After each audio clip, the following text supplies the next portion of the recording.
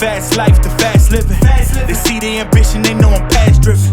Look, we are not the same, this is not a game. I be swerving through the city in and out of lanes. Yeah, cause if I see it, then I want it, then you better know I got it. Ain't no options, I'm about to do the damn thing. I'm an outlaw, you can never catch me.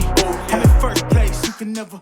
Hello everyone, welcome to The Spot Real Talk. My name is Tiara. I'm Tiffany. And I'm Ron. And today we are back to discuss Godfather of Harlem. This is season 4, episode 2. I'm sorry, season 3, episode 2. I'm getting ahead of myself here.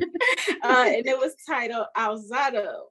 And Ron, I think you did some digging on what that name of that episode means. Yeah, I believe in. Look, I'm not Cuban, so don't hate a brother. But what I gathered from it is that it meant to elevate or raise the right fist.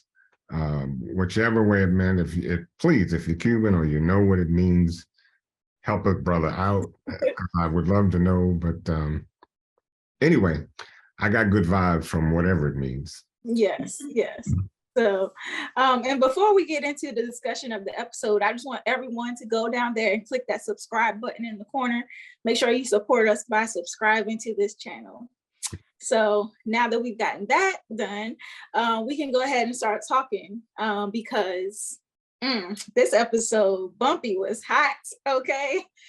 I have not really seen him go off on something that was not, related to the streets. He don't play about Mayme. Okay, I know I'm not jumping ahead of the game, but I want to say something because I took a little hit on the last time about Bumpy wanting to keep Harlem. First of all, Harlem is broken into 3 quadrants: the Spanish, Black, and I believe it was the Italians. Mm-hmm. And what we're finding out in this last episode, this episode, is that he needs help. Mayme said it, and he can't do it by himself. Eventually, now, okay, I'm going to save my tongue till we get to that actual piece. No, go ahead and say what you're saying. No, go ahead. Well, when I don't want to see, because when he met with the 5 gang members, bosses, he said something, and I wanted to say, Bumpy, what's up with that? You can negotiate. You're at a point now where you have negotiating ability. You can negotiate what you want. They gave him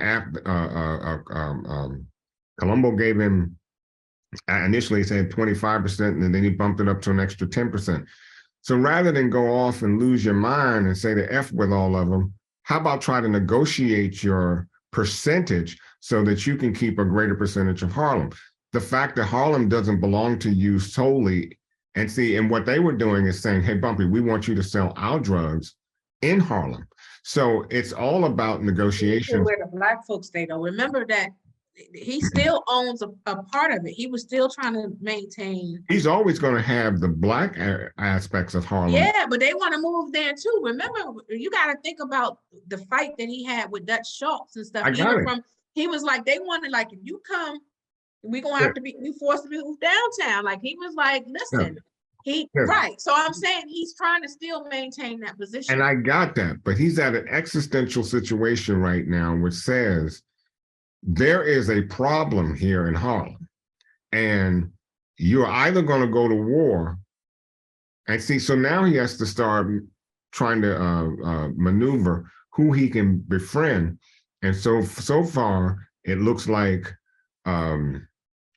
Jose is going to come on board. So we hope so. But then at the end of the episode, I'm sorry. No. I'm looking at it from just what we know. So Jose's going to come aboard. I like that. But he's still going to join forces with Jose.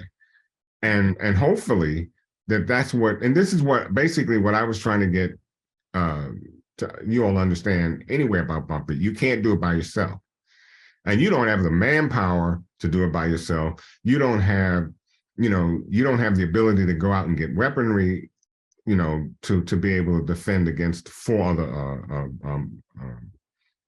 the families. So you're going to need some weight somewhere, and something you always got to give up something to get Well, let's talk about how he got there, because it was the conversation with Malcolm that kind of sparked this, because Malcolm said he wanted to go to Ghana and he was trying to make alliances with some of the African leadership so that they could support each other. He's basically saying there's more strength in numbers. Of course.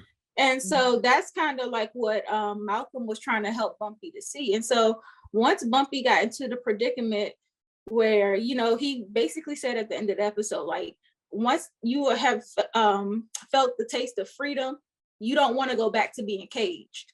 And so he was saying, I was an equal partner with you guys. I was not getting a lesser percentage. So why would I go back to that? Boom. And I think that's the point there, because it's a sign of disrespect. And I think that they really don't, we already know, they talk to him in his face and they act like they have befriended him, but behind his back, they calling him niggas and all kind of stuff. So it's like, you're not going to continue to add the insult to injury. You know, I've already lost my product. I'm not going back to being under your thumb. Yeah, so I think that that was the point there with Bumpy trying to say, like, this is not going down like this again.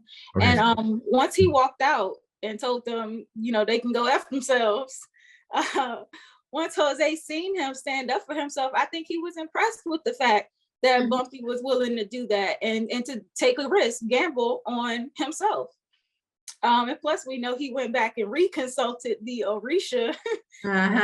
You know, he was like, she's been wrong before with my 2 ex-wives, you know. So I think that he sees how the 5 families operate and how, you know, he's also under their thumb. Right. So if you want to get out and to be your own man, then you're going to have to take a risk on yourself. I got it, but I you know, my thing is looking at a pie. So how many families are there? There are 5. So that's 1/5 of whatever goes down. So so I'm not getting less than you. I'm taking 1/5 of all earnings. No, he is taking less if he was once an equal partner, and now they want him to. Well, this is what I'm saying. But this is my point about. But this is my point about the negotiation aspect. I would have loved to have heard him at least try to negotiate the equal partner aspect of it. Look, if five of you, I take 1/5. I mean, I take 1/5 of it. We already Now he doesn't even have to, because Jose is going to fall in line with him. So he gets to remain his own man, and he's formed a new alliance. But there's still what, 3 or 4 against 2. So if it comes down to it, you know, if it comes down to he has more men. He has more men, and Jose has guns from the government, which is sus. There's going to be a price to be paid for that. Well, we know mind you, the Italians have that investigation going on, so they really can't afford a war, period. So, you know, I think if they are wise enough to see the situation, they would see that they have a formidable opponent right now with Bumpy and Jose aligning together, and they can't afford the heat. So if they know what's best for them, they'll lay this one out and sit this one out, basically. That's the crazy part. And then, so we didn't even touch on the beginning of the episode, because it was mighty ballsy of Joe Colombo to go and snatch Mayme up off the streets and force her into his car. So, I mean, we talked about disrespect. That was a huge no. Like, you don't cross that line. Women and children are supposed to be off limits. Yeah, but Mayme He didn't even pull a gun, but you know, they did urge her to get in the car. But they called it a gentleman's kidnapping. I don't think I would have got in the car. They would have had to pull me in there, and she didn't want to make a scene or whatever. I honestly don't think they would have. But see, Mayme is so sharp, and you know, it wasn't clear at that point in time, but I'm sure she was thinking. And she didn't feel that threatened, or she wouldn't have gotten in the car in the first place. She's no dummy. And then she felt threatened, that's why she got in the car. But she felt threatened without them even having to pull the gun on her, though. Well, and I would have had to been at gunpoint. They're not going to gun her down in broad daylight, and knowing that what that would cause. I mean, look. I'm not saying they would have, but I'm just saying for me to have gotten in the car, I would have had to see some still for me. Exactly. That's my point. Because I'd have been like, no, I don't know you. I think the thing that was bothering her was that they knew her address. And so they were like, oh, you going to da-da-da-da-da. So, and she's like, okay, so you know where to find me either way. This is not going to be the last time I see you. So let's just knock it out the way now. Well, I don't know if she knew the alliance that everybody had about not touching families and wives.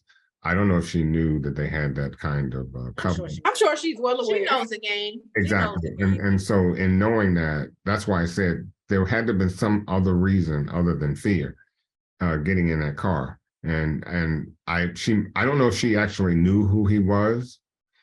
He told her, because remember, she was trying to talk to Bumpy last episode. Right. So I think she probably wanted to hear him out because she is a diplomat. That's my point. She not only is she a diplomat, she has a way of bringing you onto her side. She knows how to she knows how to communicate. She knows how to manipulate you to getting what she wants. Yeah, and the other thing though about it is he offered, his political pool. He has he said he has judges and police officers in his pocket so he could help keep Bumpy out of jail. And that is of particular interest to Mayme, considering what Bumpy just did last week with robbing the bank.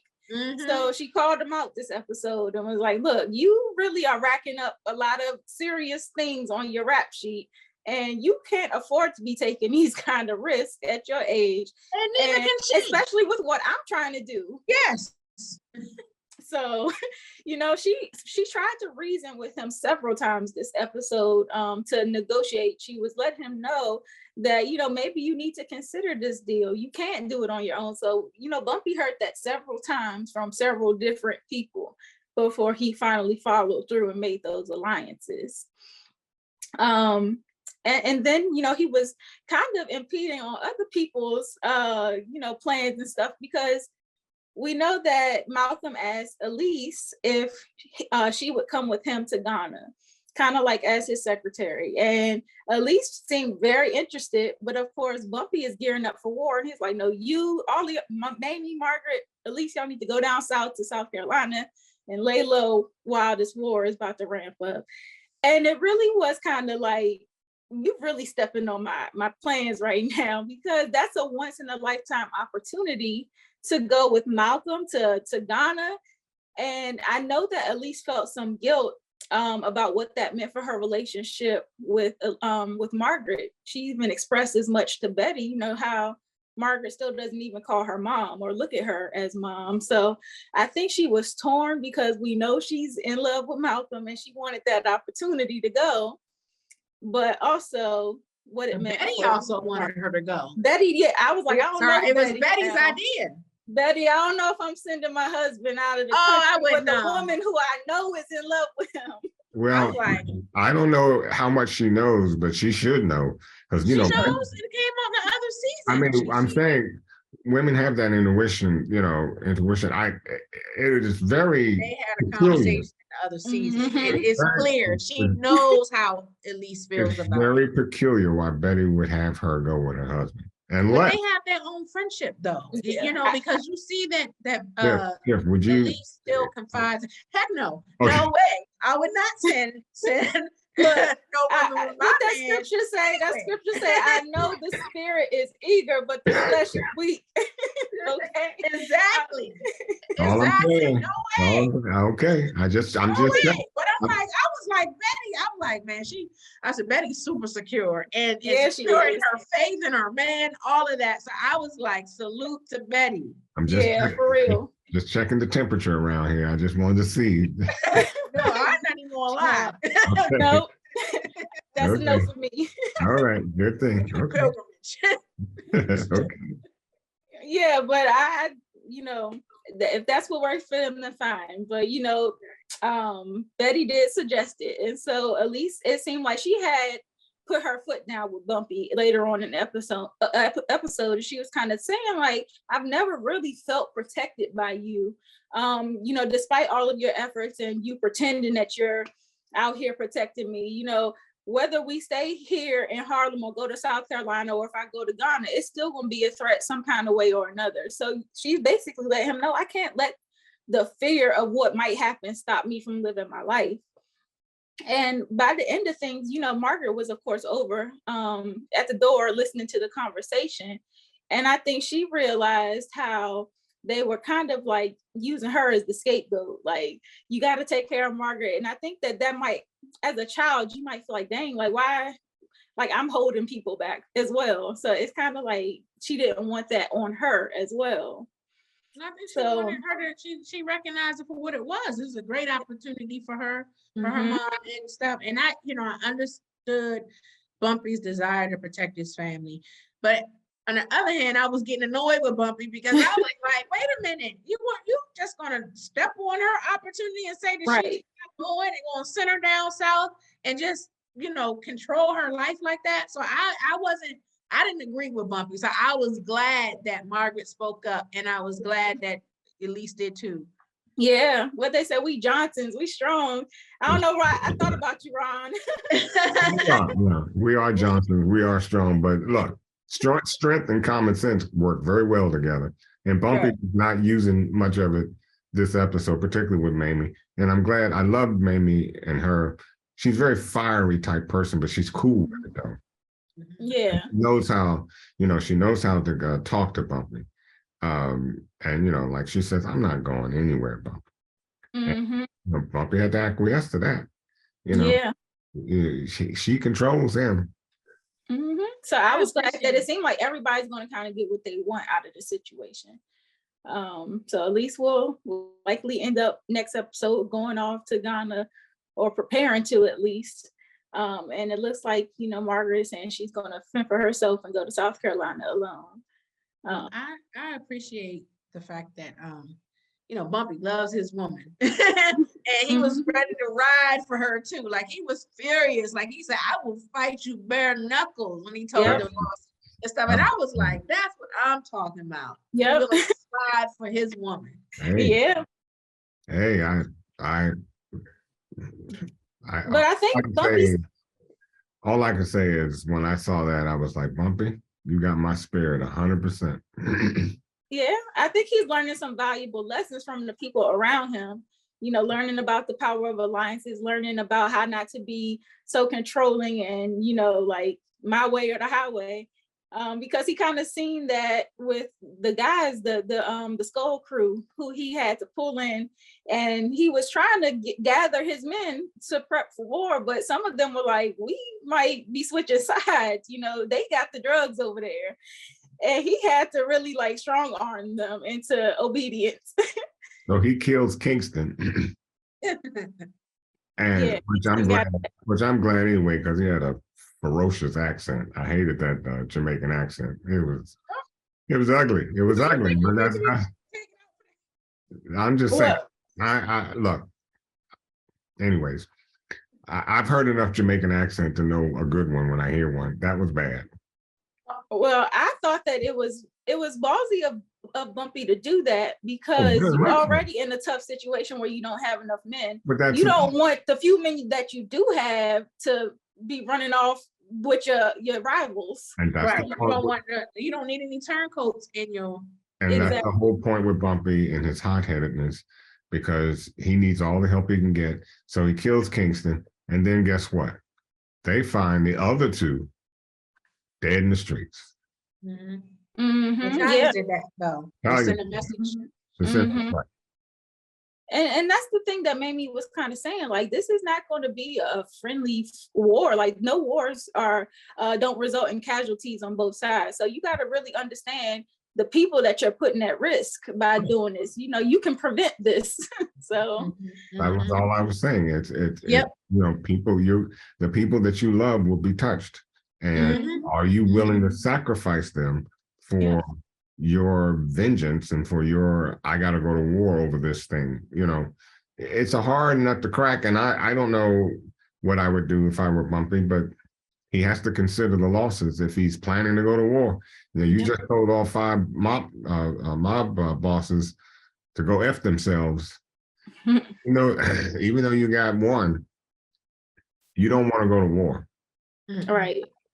Yeah. And so that whole situation with Bumpy, you know, that was the highlight of the episode. But we kind of got a little more detail into the situation with Stella too, because we were kind of contemplating like what's going to be her next move. We know she can't go back home.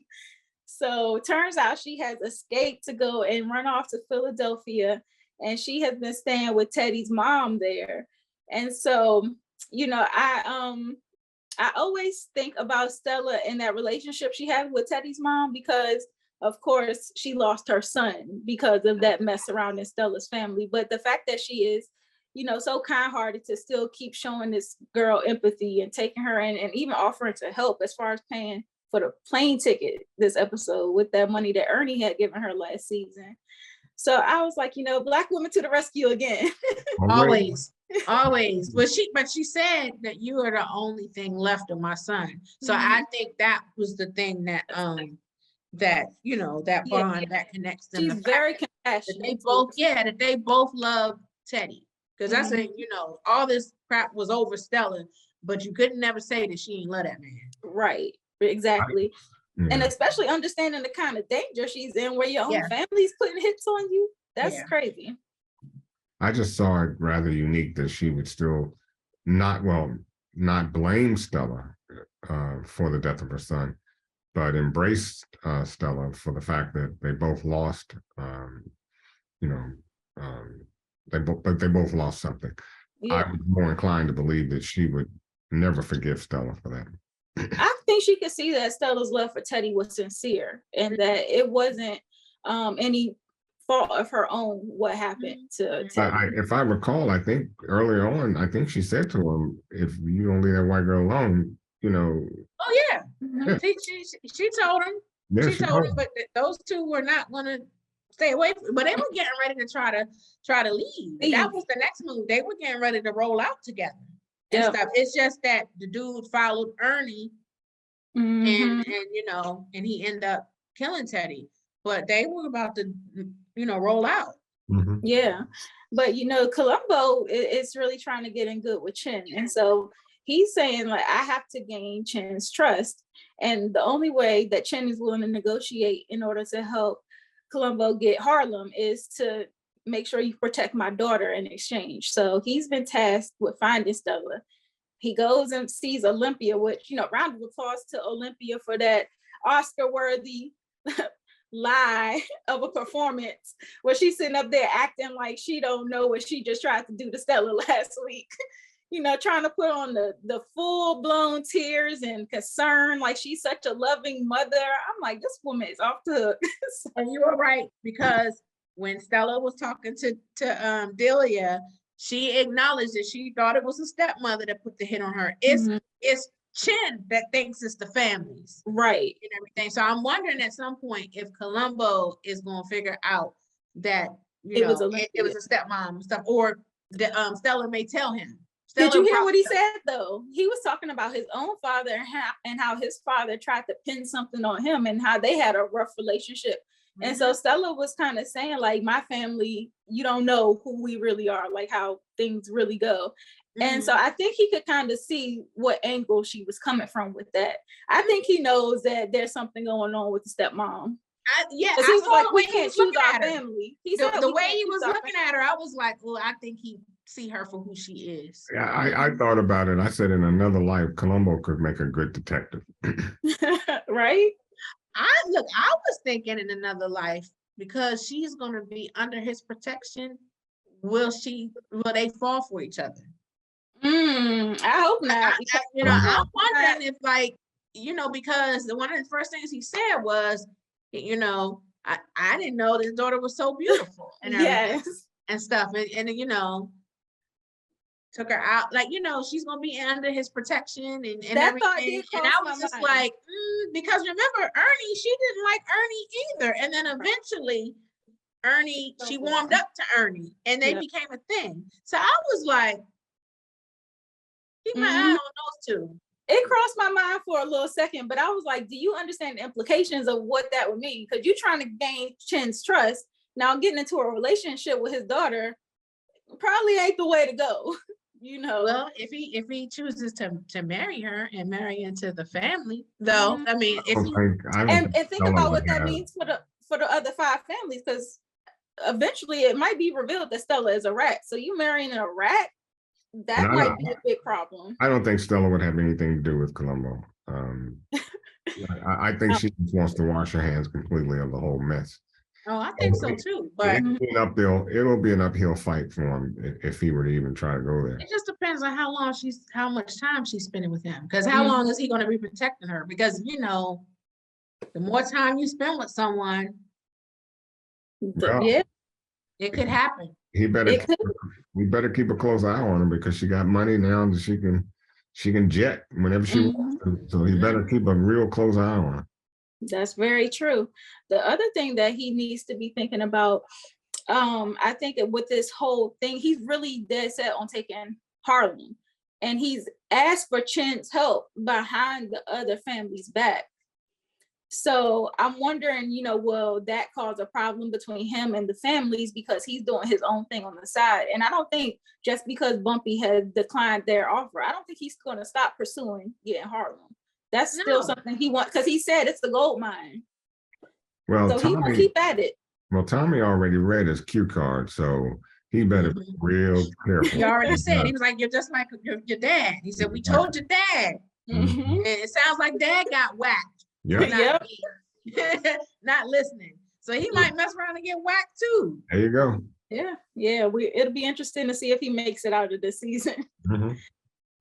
Yeah, so I really, really enjoyed this episode. It was a real roller coaster seeing Bumpy go from all of these different moods, because he was angry to, demanding to like just standing his ground. So I was like, that's like a lot of versatility in his acting. So I really love Forrest Whitaker in this role. He is killing it.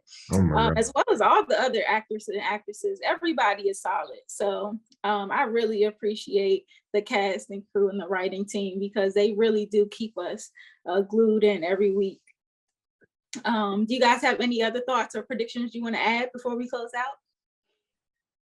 Nope. Looking forward to next week's episode. Okay, great. Well, to the viewers, thank you so much for watching. Please drop down that comment section and give us your thoughts on this episode and your predictions for next week. Also, make sure you are subscribed to this channel. Click that subscribe button right now if you haven't already, and the notification bell so you get alerted every time we post. And we are also on all social media platforms at The Spot Real Talk. So make sure you give us a follow on Instagram, Twitter, Facebook, TikTok, all of them. So on that note, if no one has anything else to add, I think we'll call it a night, and we will be back next week for the discussion of the next episode of Godfather of Harlem. Good night. Bye-bye.